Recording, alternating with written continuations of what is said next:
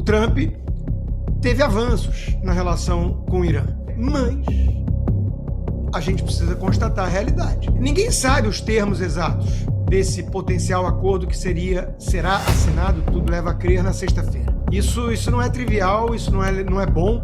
Quando se trata de Irã, é sempre uma instabilidade muito grande. A gente nunca pode confiar no regime ditatorial iraniano ou sequer descansar enquanto eles estiverem no poder ali no país, Emily.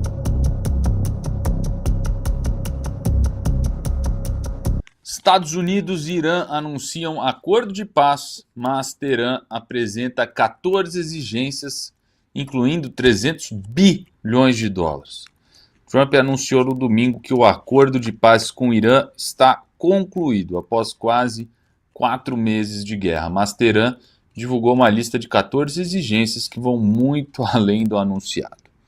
Entre elas, fim das sanções, saída das tropas americanas do Golfo e um fundo de 300 bilhões de dólares para reconstruir o país.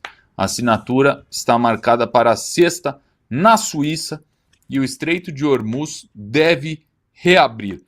Consta, o acordo está realmente fechado ou há ainda muita negociação pela frente? Bom, em primeiro lugar, boa noite, Kilter, bem-vindo. Olha, esse acordo está sendo visto com muito ceticismo, muita cautela aqui nos Estados Unidos. E não é para menos, né?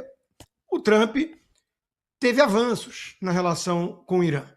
Ele fez ataques cirúrgicos, junto com Israel, eles mataram várias cabeças aí da Hidra, né, da Guarda Revolucionária, o próprio Ayatollah Khamenei, deixou ali a turma meio baqueada, né? Mas a gente precisa constatar a realidade. O regime iraniano, que é um dos mais nefastos do planeta, se mostrou resiliente, aguentou. E o Trump falava no início em mudança de regime.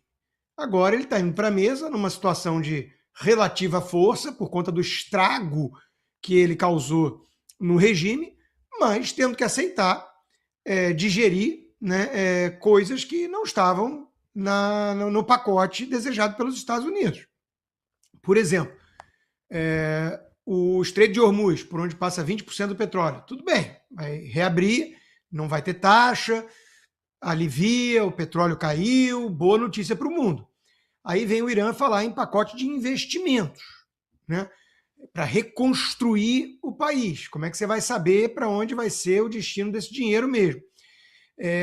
Vai estar na mesa que não vai ter nenhum tipo de rearmamento bélico, porque os Estados Unidos ajudaram a dilacerar a capacidade militar iraniana. Não vou nem falar na questão nuclear, né? Isso com certeza tem que estar fora da mesa. Tem que ter inspeção, tem que ter toda a segurança de que o Irã não vai voltar a usar dinheiro para tentar obter uma arma nuclear. Isso tem que estar fora de cogitação. É uma demanda, uma exigência que o Trump faz com coerência, diga-se de passagem, há décadas, né? Então, ninguém sabe os termos exatos desse potencial acordo que será assinado, tudo leva a crer, na sexta-feira. Mas algumas questões que vão ser colocadas ali na mesa pelo regime iraniano vão descer com um sabor muito amargo para o Ocidente, para o governo Trump.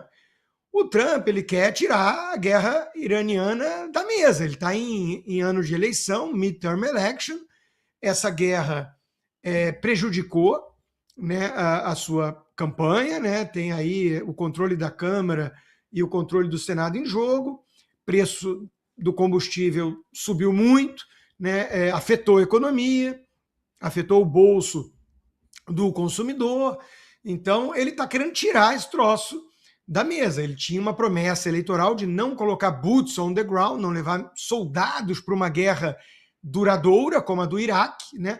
Ele cumpriu, mas significa que isso também evita a queda do regime iraniano. Então, é complexo, porque ele está negociando numa posição de força peronomútil, porque o regime iraniano, feito barata, aguentou, né? Aguentou todo tipo de ataque. Então, ele vai ter que aceitar condições para esse cessar-fogo. Na verdade, é um memorando de intenções o que temos hoje, né? acordo de paz, não é nada disso. É um memorando de intenções de cessar fogo, e para assinar esse troço e ter alguma consequência um pouco mais duradoura, ele vai ter que engolir alguns sapos bem indigestos, eu diria. O regime iraniano é um regime que financia o terrorismo no mundo hoje em dia, né? E ele vai ter que aceitar que esse troço continue existindo. Isso não é trivial, isso não é bom, não dá para comemorar, sair festejando esse acordo. Esse é meu ponto, Emily. Uhum. Muito bem, muito bem.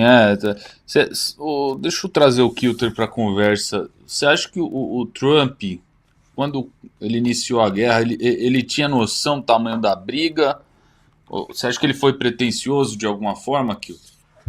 Com certeza, ele tinha a noção, o Emilinho, porque não é a primeira vez que ele trata desse tema. No seu primeiro mandato, ele também já fez questão de se envolver com isso, porque essa guerra do Irã entre Israel é uma das mais complexas do mundo e é histórica.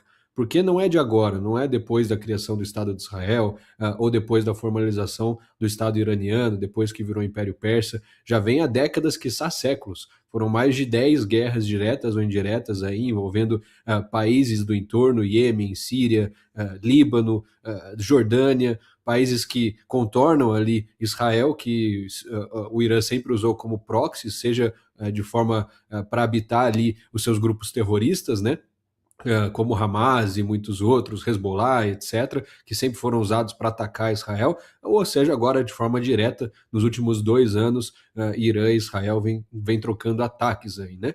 Fato é, o Obama já tinha feito um acordo nuclear entre Irã e Israel em 2015, em que o Irã tinha se comprometido a não se desenvolver de forma nuclear em troca de uma redução das sanções impostas pelo governo norte-americano. Esse acordo durou aí em torno de 3 anos, até que o Trump assumiu e retirou o acordo, falando que o Irã não estava cumprindo a sua parte do acordo e estava desenvolvendo o seu programa militar nuclear ali, e aí envolveu de novo uma grande onda e leva de negociações. Ao todo, esse é o terceiro tratado aí que é realizado sobre esse tema nuclear entre Estados Unidos, Irã e Israel, mas a grande instabilidade, o Emilinho, não vem nem de questões geopolíticas ou militares, mas sim de questões ideológicas e religiosas. São visões de mundo completamente diferentes. A grande maioria do regime iraniano é um regime muçulmano, ali muito radical, que tem como único objetivo a aniquilação total e completa do Estado de Israel e dos judeus de forma geral. É claro que não é todo o povo iraniano que concorda com isso, até porque a maioria do povo, na verdade, se vê sobre um regime ditatorial. Eles não gostariam de que seu dinheiro de impostos fosse todo gasto em uma guerra que eles não concordam contra Israel, pela aniquilação de Israel. Eles gostariam de se ver desenvolvidos mais uma vez, como já fazia o antigo Shah e desenvolvia o país com as tradições persas, mas agora isso volta. A gente estuda muito essa questão na faculdade, ali em Relações Internacionais, porque é um caso um pouco emblemático. O Irã frustrou praticamente todos os acordos que ele firmou. E é a tendência que ele frustre esse também, porque as exigências são muito altas. O Trump nunca vai pagar, nunca vai dar 300 bilhões de dólares ao Irã. Provavelmente ele só está falando que fechou esse acordo para chancelar ali, falar, ó, fui eu, Donald Trump, que selei aqui o acordo e estou retirando as tropas. E aí ele vai enrolar esse pagamento, vai diminuir, vai fingir que não viu. É um negociador, como a gente sabe, e o Irã vai ver muito provavelmente qualquer justificativa, vai encontrar alguma justificativa que seja uma defesa de Israel contra seus grupos terroristas, seja uma falta de pagamento dos Estados Unidos a esse acordo, eles vão usar isso como justificativa para atacar novamente, e aí vai tudo por água abaixo. Quando se trata de Irã, é sempre uma instabilidade muito grande, a gente nunca pode confiar no regime ditatorial iraniano ou sequer descansar enquanto eles estiverem no poder ali no país, Emily.